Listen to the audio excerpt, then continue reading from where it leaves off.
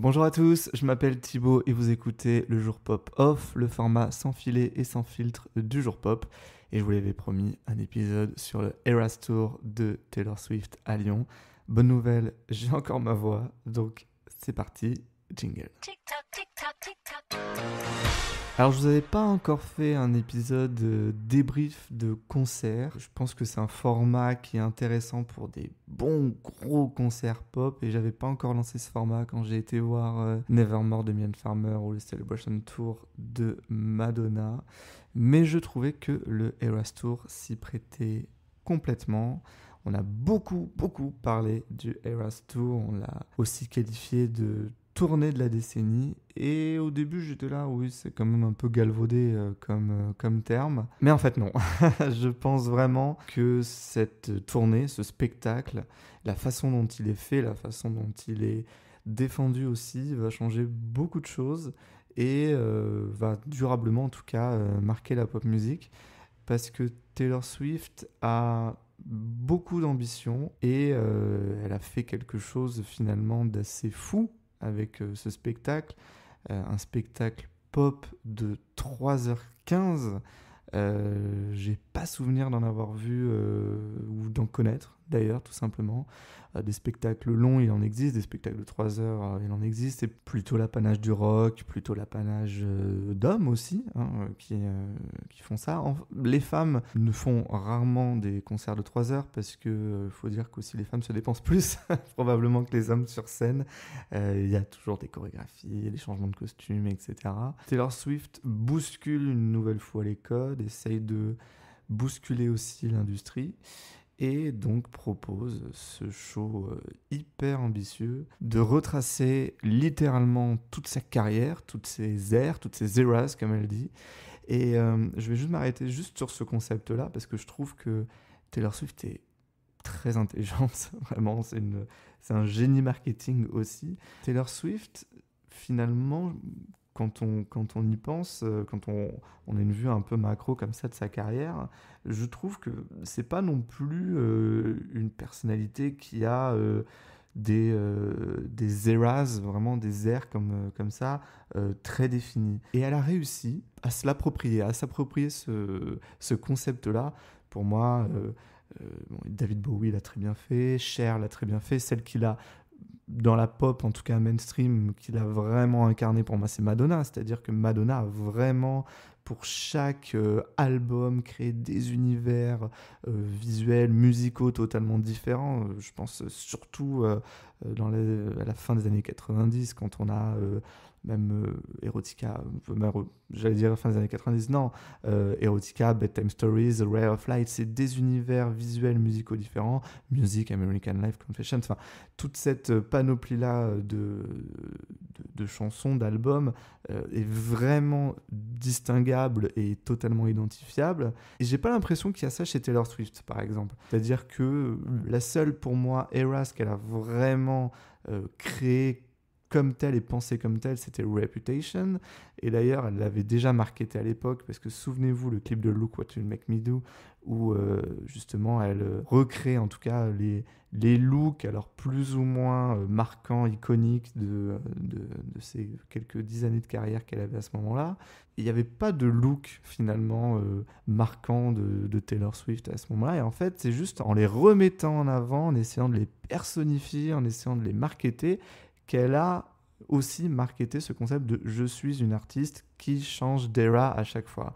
Alors que vraiment, vous prenez le premier album, Fearless, Speak Now, c'est globalement la même chose.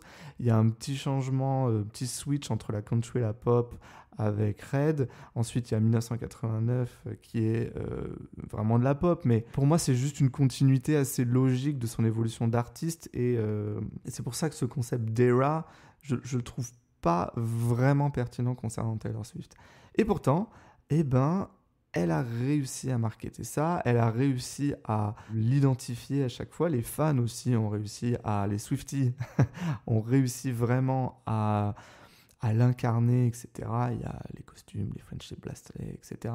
Donc c'est là aussi où je la trouve très forte, c'est-à-dire de réussir à capitaliser sur quelque chose qui n'était pas sa force et à en faire, même plus que sa force, à en faire vraiment une partie plus qu'intégrante de sa carrière. Et en l'occurrence, cette tournée qui est aussi une façon... alors, il y a... je vais m'arrêter aussi là-dessus. Il y a 2 sujets sur cette tournée-là, c'est-à-dire qu'elle n'a pas fait de tournée depuis 2018 à cause du Covid. Je vous invite à réécouter mon album, pas encore, mon épisode que j'ai fait sur elle, Mon Jour Pop, il y a 2-3 semaines de cela, où j'expliquais justement pourquoi elle n'avait pas pu faire de tournée, etc. Et en fait, elle est très productive, donc en fait, depuis 2018, elle a sorti beaucoup d'albums. En sortant son album Midnight, qui aussi impliquait de faire une tournée mondiale, eh ben, il y avait 3 albums à défendre, même 4 avec Lover, 4 albums à défendre, plus d'autres albums. Et donc, elle s'est dit, ben, finalement, je vais tout faire parce que je vais aussi pouvoir aller dans des territoires où je n'avais pas un succès suffisant à l'époque pour faire des tournées. Et elle l'explique un peu aussi au début du spectacle en disant, voilà, je ne suis venu qu'une seule fois en France, c'était pour le Speak Now World Tour, je ne suis jamais revenu depuis, donc en fait je n'ai pas pu vous chanter Red, j'ai pas pu vous chanter 1989, j'ai pas pu vous chanter Reputation. Donc le but c'est aussi que le public qui n'a pas pu venir me voir parce que je ne suis moi-même pas venu, puisse vivre aussi ces albums en live. Alors, il se trouve que plus de la moitié du public étaient des Américains, parce qu'il y a, alors ça n'a pas pu vous échapper, il y a un sujet d'inflation assez incroyable sur les spectacles aux États-Unis, qui fait que ça leur coûtait moins cher de prendre l'avion, de prendre une nuit d'hôtel, et un billet de spectacle à Paris ou à Lyon, plutôt que d'y assister en Amérique du Nord. Alors ça, c'est un autre sujet. Mais c'est vrai que du coup, il y avait aussi une ambiance assez américaine, j'ai trouvé, dans le public. C'est vrai que c'était un peu différent d'habitude. En tout cas, moi, je l'ai senti. Je ne saurais même pas comment vous l'expliquer avec des mots. C'était un vrai ressenti. En tout cas, j'ai senti que c'était un vrai show à l'américaine, mais pas seulement sur scène, c'est-à-dire aussi dans le public. Donc voilà, c'est un spectacle très ambitieux. L'idée, c'est de rebalayer ces 11 albums, parce qu'entre-temps, elle a aussi sorti un nouvel album. Donc, chaque album est représenté à l'exception du premier. Je vais vous parler évidemment après de chaque era, de ce que j'ai pensé, etc. Globalement, mon avis sur ce spectacle, j'ai fait dans ma vie environ 200 concerts, voilà. Et clairement, je n'ai jamais vécu une expérience live comme celle du Eras Tour. Du fait de la ferveur incroyable du public, du fait de l'ambition de ce spectacle de 3h15, je le redis parce que c'est vraiment une performance de la part de Taylor Swift, d'autant que elle est quasiment tout le temps sur scène, c'est-à-dire que les changements de tenue, en tout cas entre les tableaux, sont très courts. Franchement, des fois, ça dure 1 minute 45 secondes. Enfin, elle n'arrête pas. Elle est d'un professionnalisme incroyable. Alors, j'ai eu la chance de faire 2 dates. Une prévue depuis que j'ai réussi à avoir des places il y a 1 an lors de la mise en vente, et une là vraiment pour le deuxième soir à Lyon au dernier moment, parce qu'ils ont rajouté des billets, et donc du coup j'ai pris une place en visibilité réduite, mais j'ai quand même très bien vu le spectacle. Du coup j'ai pu voir 2 fois le show, et j'ai pu constater à quel point tout est vraiment rigoureux, tout est hyper cadré, hyper millimétré. En plus, ce qui est assez drôle, c'est que la deuxième date, j'étais vraiment sur le côté de la scène, et je voyais aussi les backstage. Alors ça, je trouvais ça hyper cool. Et puis, j'avais une vue aussi en hauteur, donc on voyait bien les trappes, comment tout s'organisait, comment les éléments arrivaient sur scène, les danseurs et tout. Moi, j'adore voir ce genre de choses, surtout quand j'ai la chance de pouvoir faire une deuxième date, donc être moins, on va dire, concentré sur la prestation de l'artiste et plus sur la façon dont le show se met en place. Et j'adore voir ce genre de choses parce que ça montre à quel point tout est pensé, tout est vraiment... Il y a une vraie chorégraphie technique. C'est ça que je trouve assez génial aussi.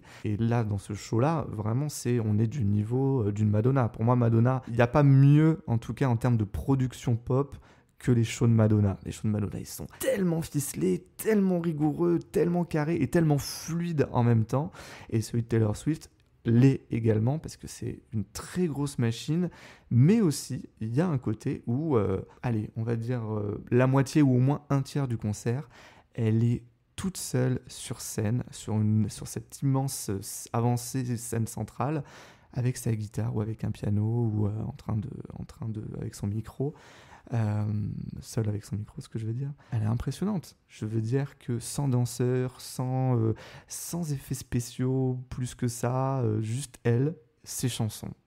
Et ça, vraiment, je pense que c'est comme ça qu'on comprend en tout cas le succès de Taylor Swift, c'est la puissance de ses chansons. J'ai vu beaucoup de gens sur les réseaux sociaux, et depuis des années, se moquer de sa présence sur scène, se moquer de ses chorégraphies, dire voilà, c'est pas la plus grande chanteuse en termes vocal de la scène, mais Taylor Swift a pour elle que c'est une excellente autrice et que ses chansons en fait font tout le spectacle. Et ce qui est amusant d'avoir pu faire le spectacle, en tout cas deux fois de suite, c'est de se rendre compte à quel point certains moments qui ont l'air spontanés sont en fait totalement écrits, sont très préparés, sont même quasiment minutés. Je pense par exemple à ses petits speeches au début, notamment quand elle accueille le public, elle explique un peu le concept. C'est quasiment mot pour mot ce qu'elle a dit d'un jour à l'autre. Mais en fait, ce qui est encore là aussi une preuve de grand professionnalisme, et ça les Américains sont très forts pour ça, c'est d'avoir l'impression qu'elle le fait pour la première fois, qu'elle le fait de façon unique pour ces dates, à Lyon en l'occurrence, et qu'elle ne le fait jamais ailleurs. Elle a vraiment une espèce de spontanéité, d'authenticité dans ce qu'elle fait. C'est très américain de faire ces choses-là, mais en fait, ça marche. Ça marche, on a l'impression vraiment d'assister à un concert unique, vraiment qu'elle s'adresse à nous, et à nous spécifiquement, en l'occurrence, public lyonnais. Je trouve que c'est ça aussi qui fait, pour moi, le grand professionnalisme d'un show comme ça, c'est de se sentir considéré en tout cas. Et ce qui me fait glisser tout doucement vers une des deux seules critiques que j'ai de ce spectacle, parce que je vais commencer par les points négatifs, évidemment. Enfin, commencer, ça fait déjà plus de 10 minutes que je parle. Mais voilà, pour moi, un des premiers points négatifs de ce spectacle, c'est paradoxalement le fait qu'il y ait assez peu finalement d'interaction avec le public. Je crois finalement qu'il n'y a que 2 réelles interactions spontanées qui sont au moment de Champagne Problems, où elle est seule au piano et là elle prend vraiment le temps, où le show s'arrête un peu, et d'ailleurs c'est à ce moment-là que le public en profite pour faire une standing ovation. Et les fameuses surprise songs, les chansons surprises, donc 2 moments à la guitare, un à la guitare et un au piano, où elle fait des chansons surprises, justement, hors de la setlist. Donc l'idée, c'est que chaque soir, ça change, donc c'est un peu le petit jeu, est-ce qu'on va gagner ou pas au change. Alors, j'ai gagné le premier soir, parce que c'est des chansons qui me plaisaient. Il y a eu The Prophecy, il y a eu 15 et You Are Your Own Kid. Je reconnais que je ne suis peut-être pas un bon Swiftie, mais je n'ai pas vraiment reconnu les 2 chansons du deuxième soir. Voilà, je suis désolé, je ne connais pas tout le répertoire de Taylor Swift par cœur, en particulier le dernier album, la partie 2 du deuxième album d'ailleurs. Donc, pardonnez-moi les Swifties qui m'écoutent. Mais voilà, en tout cas, voilà, ça c'est un truc assez fun, parce que justement, ça donne un peu de sel et d'unicité, et d'authenticité aussi à ce concert. Voilà, mais globalement, je trouve que elle échangeait assez peu finalement avec le public, et ça découle aussi du format, c'est-à-dire que le show est très millimétré, et aussi il y a peu d'espace, il dure déjà 3h15, donc en fait si elle prend en plus des minutes, etc., on finit à 3h30, enfin après c'est plus tenable. Mais j'avais déjà pu voir Taylor Swift en 2018 au Reputation Tour, et j'avais sentiment, en tout cas souvenir, qu'elle échangeait beaucoup plus sur ce spectacle-là. Et justement, en comparaison du Reputation Tour, ça me fait glisser vers la deuxième critique, ou deuxième point négatif que je trouve à ce Eras Tour, c'est, je trouve, la mise en scène. La mise en scène est... comment vous dire ? Bon, je trouve que déjà, il y a, à part le concept de chanter comme ça, de représenter chaque era, chaque tableau représente un album, j'ai du mal à saisir un vrai univers, en tout cas, à ce spectacle. J'avais plus l'impression d'assister à 8 ou 9 petits spectacles, tous réunis au sein d'une grande représentation, mais de ne pas avoir de fil conducteur, de ne pas avoir de vrai univers visuel, sonore défini. C'est-à-dire que tout était cohérent au sein de chaque tableau, de chaque era, mais l'ensemble, finalement, moi j'ai pris beaucoup de plaisir, j'ai pas vu du tout le temps passer, mais il n'y avait pas de lien au final entre les tableaux. Des fois il y avait même des enchaînements qui étaient un peu hasardeux. Là où j'ai trouvé que Reputation en l'occurrence, là il y avait vraiment un ton, il y avait vraiment un univers, et aussi dans la mise en scène, je trouve qu'il y avait plus de créativité. C'est vrai que là, il y avait des tableaux où il se passe pas grand chose finalement, à part Taylor Swift. Et il y a des choix, alors c'est très américain comme spectacle. Excusez-moi, je vais être un peu cash, mais des fois j'avais l'impression d'assister à une kermesse à plusieurs millions de dollars. C'est-à-dire que, par exemple, l'entrée en scène avec ses grands voiles, un peu floral, etc. Vraiment, visuellement, je trouve que c'est pas très heureux. Il y avait des tableaux où vraiment genre Enchanted avec sa espèce de grande robe de princesse. Je trouve ça hyper kitsch en fait. Voilà. Des fois je trouve pas ça de très bon goût. Je trouve que ça fait un peu Vegas. C'est Taylor Swift aussi. Elle est très comme ça, mais je trouvais qu'il y avait quand même un ton un peu plus marqué, un peu plus intéressant dans Reputation. Mais je trouve justement que ça manque peut-être de références externes, parce qu'elle est beaucoup dans l'autoréférence, elle est beaucoup dans les clins d'œil, les easter eggs, etc. Mais ça manque peut-être de références picturales, de références artistiques, etc. Je fais un parallèle avec, parce que là j'ai revu le live de Lady Gaga qui vient de sortir en vidéo, le Chromatica Ball. Là, moi ça me parle parce qu'il y a un vrai univers qui est très fort. On est dans l'art brutaliste, on est dans quelque chose de très dur. Il y a une vraie histoire, il y a vraiment quelque chose, un fil rouge en tout cas qui se tisse tout au long du spectacle. Finalement, pas non plus hyper accessible, parce que c'est vraiment très tranché comme position, mais je trouve ça plus intéressant. Voilà, je trouve que Taylor Swift, finalement, il n'y a pas de double lecture, il n'y a pas, you get what you see, quoi. Vous avez ce que vous voyez et pas besoin de chercher plus loin, donc je vous sers tout sur un plateau d'argent et vous consommez, quoi. C'est un peu voilà, la critique que j'ai vis-à-vis de ce spectacle, qui est sinon très plaisant, très bien rodé. J'ai pas vu le temps passer, encore une fois, donc là-dessus c'est une réussite. Alors si vous me suivez, vous savez que j'ai toujours un problème à me souvenir des titres, et notamment des setlists, donc j'ai remis la setlist sous les yeux.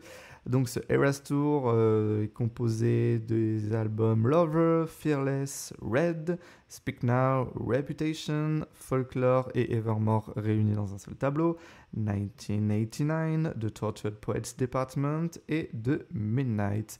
Donc je vais faire comme Taylor Swift, je vais vous raconter each era at a time.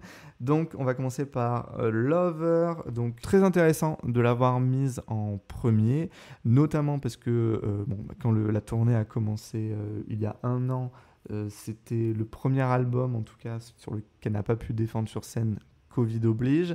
C'est un album qui a été assez vite, en tout cas j'ai l'impression, oublié par le succès qu'a rencontré Folklore derrière, qui a aussi amené un tout nouveau public à Taylor Swift, alors que Lover reste un pur album pop. Il y a Miss Americana, qui est vraiment une petite parenthèse en ouverture, juste sans doute pour jouer sur le jeu de mots « It's been a long time coming », ça faisait longtemps qu'on attendait ça, qu'on attendait de se retrouver.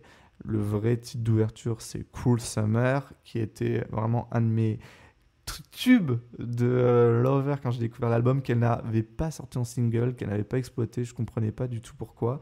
Et avec le succès du Eras Tour, c'est devenu un tube énorme qui est, je crois, peut-être aujourd'hui son titre le plus écouté sur Spotify. Et du coup, en ouverture de spectacle, ça fonctionne à fond. C'est la très bonne, pour moi, era de début de spectacle.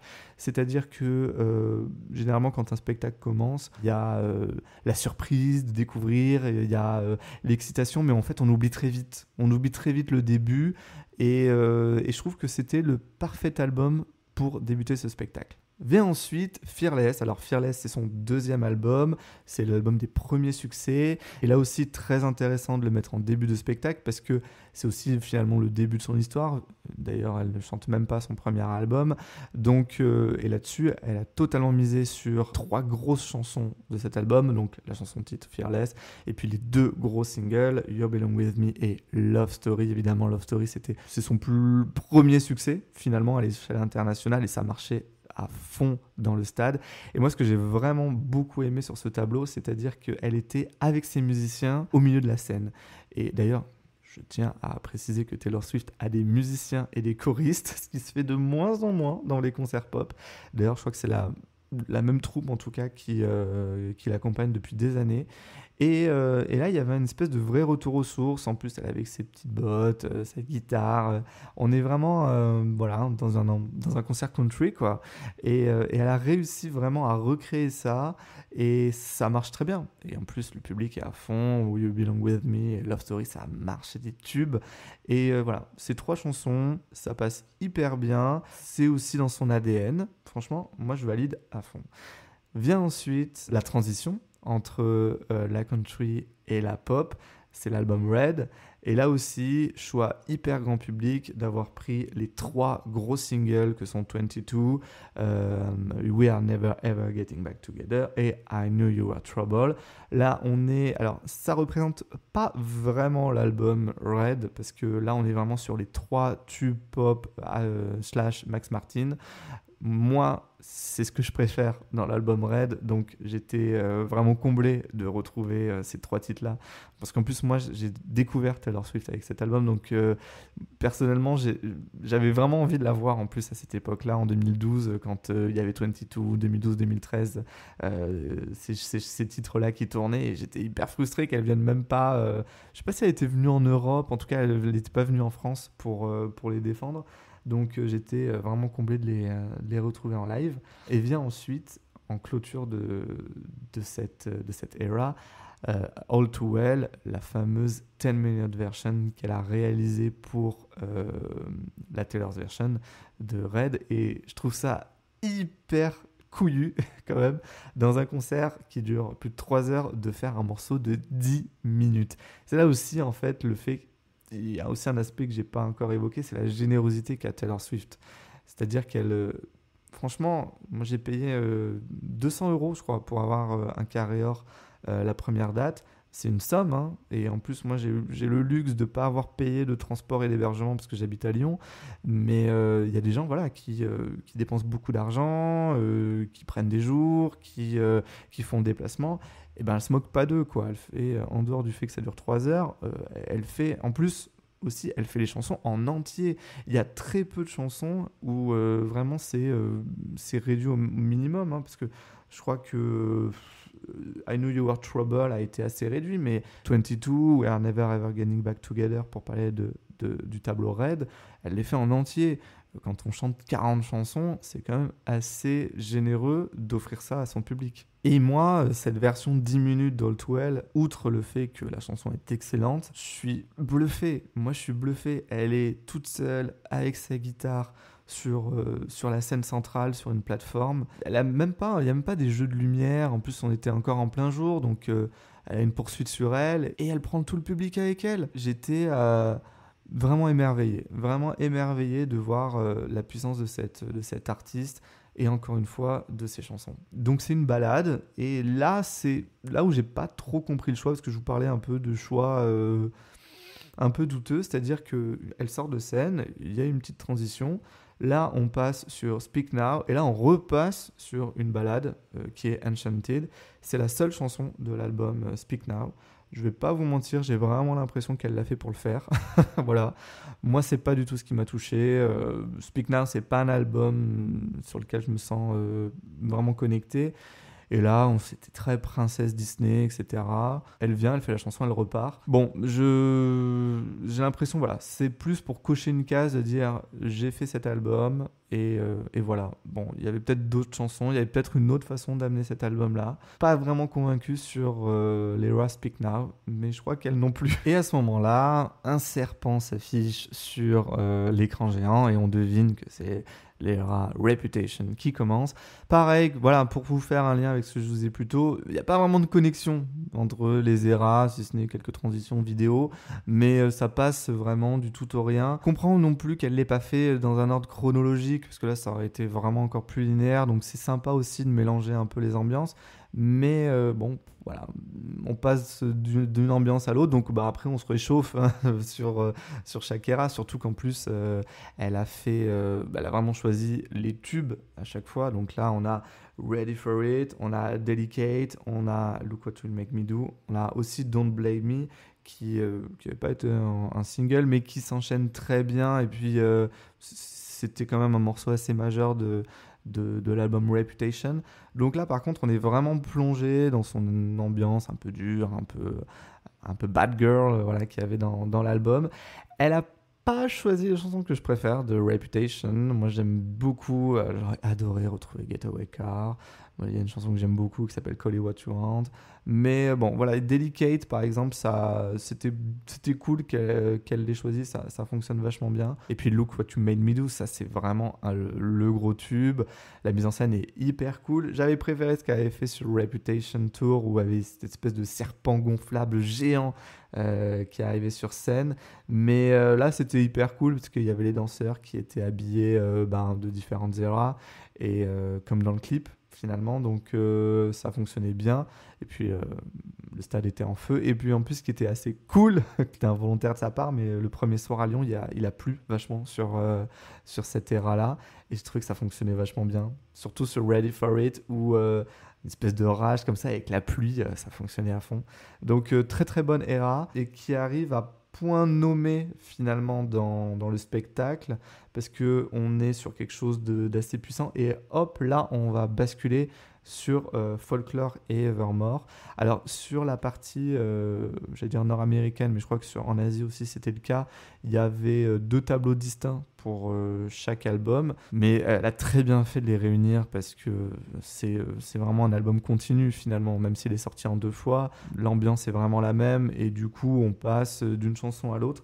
J'ai juste peut-être trouvé qu'il y avait un ou 2 titres de trop dans ce tableau-là, parce que là je regarde, il y en a 7, il y en a 8, il y a 8 chansons, dont certaines qui sont un peu raccourcies, mais c'est quand même dense, quand même, 8 chansons, ok, c'est pour 2 albums. Mais comme il y a une ambiance qui est assez calme, etc., c'est pas ce qui m'a le plus embarqué. Parce que ce qui m'a le plus embarqué, c'est évidemment ce qui arrive après. 1999, ça c'est mon album préféré, c'est l'album des tubes. Et là, pareil, comme Red, comme Reputation, là, elle a tout misé sur les singles. On a Style, on a Blank Space, on a Shake It Off, on a Wildest Dreams, on a Bad Blood. Je crois qu'elle a fait tous les singles, sauf évidemment mon préféré, Out of the Woods. Mais bon, tant pis.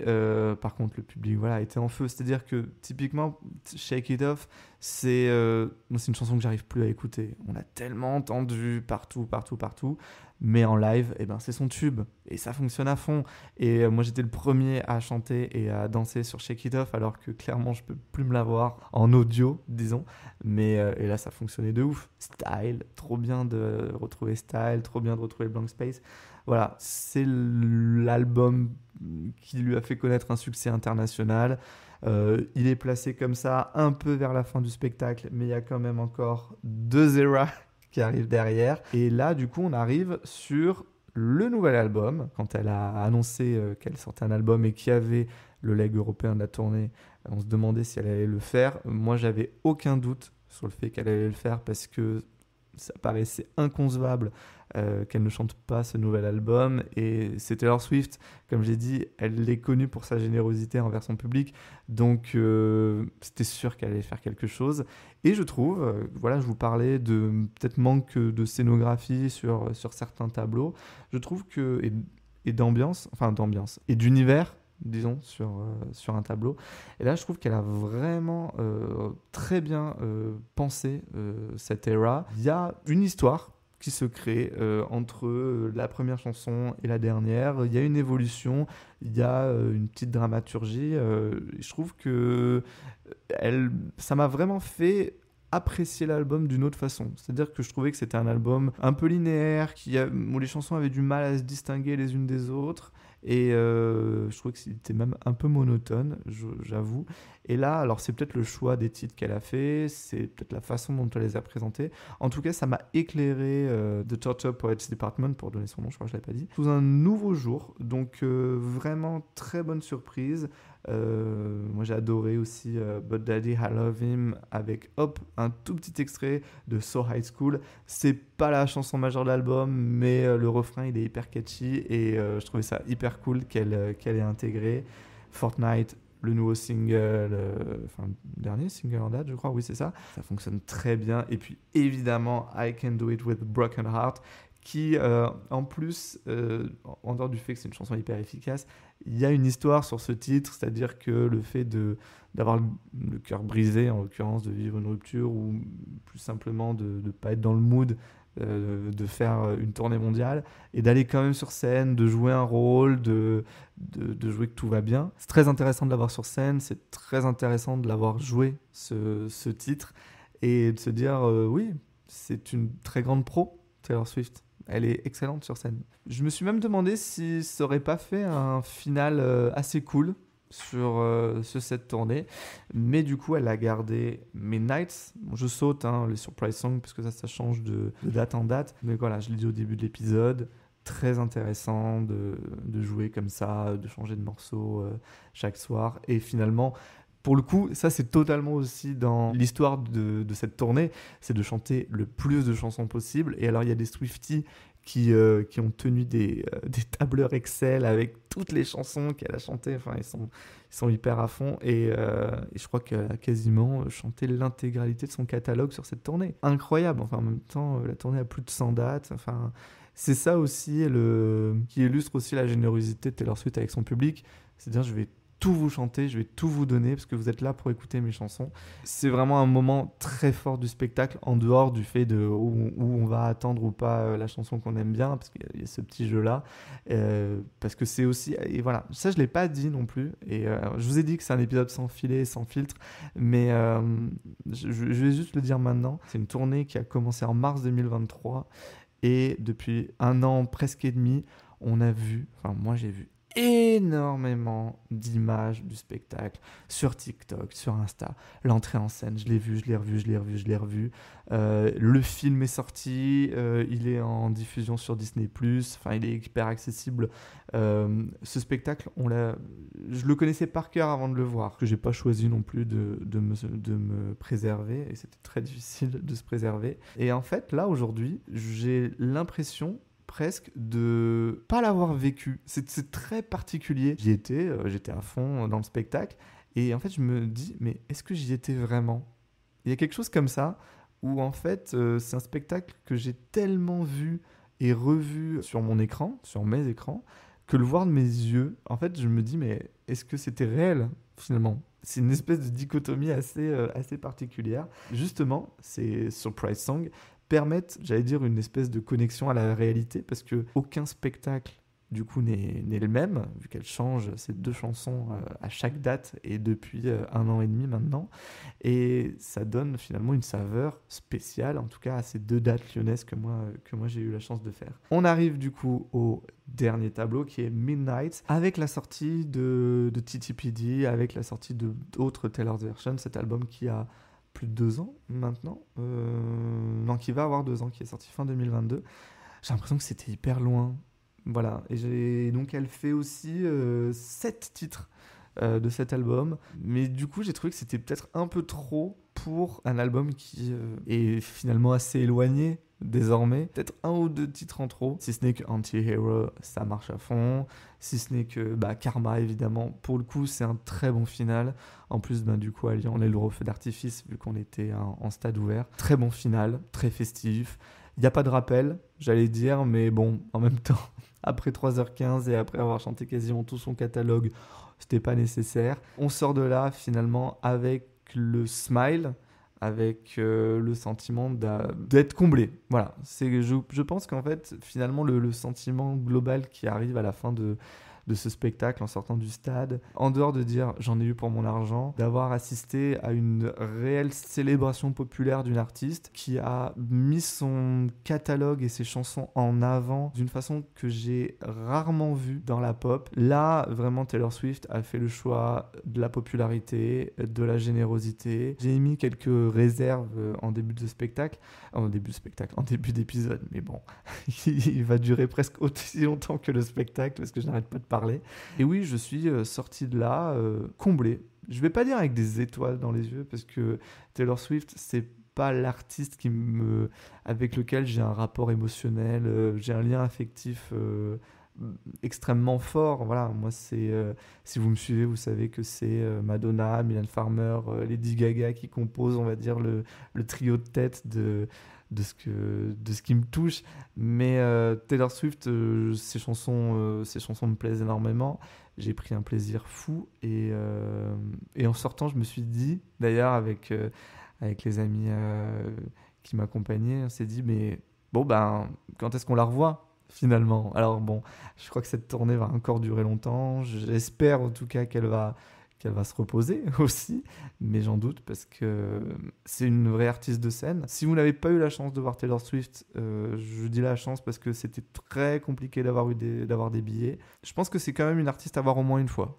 Voilà, clairement, comme Beyoncé, comme Madonna, enfin vraiment, c'est une bête de scène, littéralement. Et je suis très heureux, mais je me sens même très chanceux finalement d'avoir pu, en tant que fan de pop que je suis, et qui raconte toutes mes histoires depuis des années en podcast, d'avoir pu la voir. Voilà, c'était mon avis sur le Eras Tour. J'ai beaucoup parlé, encore une fois. Je fais juste une petite parenthèse pour remercier les Swifties que j'ai croisés dans les coursives du groupe Ama Stadium, qui sont venus me voir, qui m'ont reconnu, qui m'ont échangé des petits bracelets, des petits friendship bracelets. Puis voilà, avec vos gentils mots sur mon travail, ça me donne beaucoup de force pour continuer. Donc j'espère que cet épisode off vous a plu. J'étais très content en tout cas de le faire et je le referai aussi pour les autres grosses tournées pop qui arrive, mais paradoxalement, j'en ai pas en tête non plus. Donc là, je crois que... Bon, là, le gros concert que j'irai voir, c'est le gros concert pop, c'est Mylène Farmer au Stade de France pour Nevermore, la suite et la fin. C'est vrai que j'en avais pas fait, donc dites-moi si ça vous intéresse que je vous fasse un débrief de ce Stade de France. Mais en attendant, je vous souhaite une bonne journée ou une bonne nuit, où que vous soyez et quand que vous soyez pour m'écouter. Je vous embrasse et à bientôt.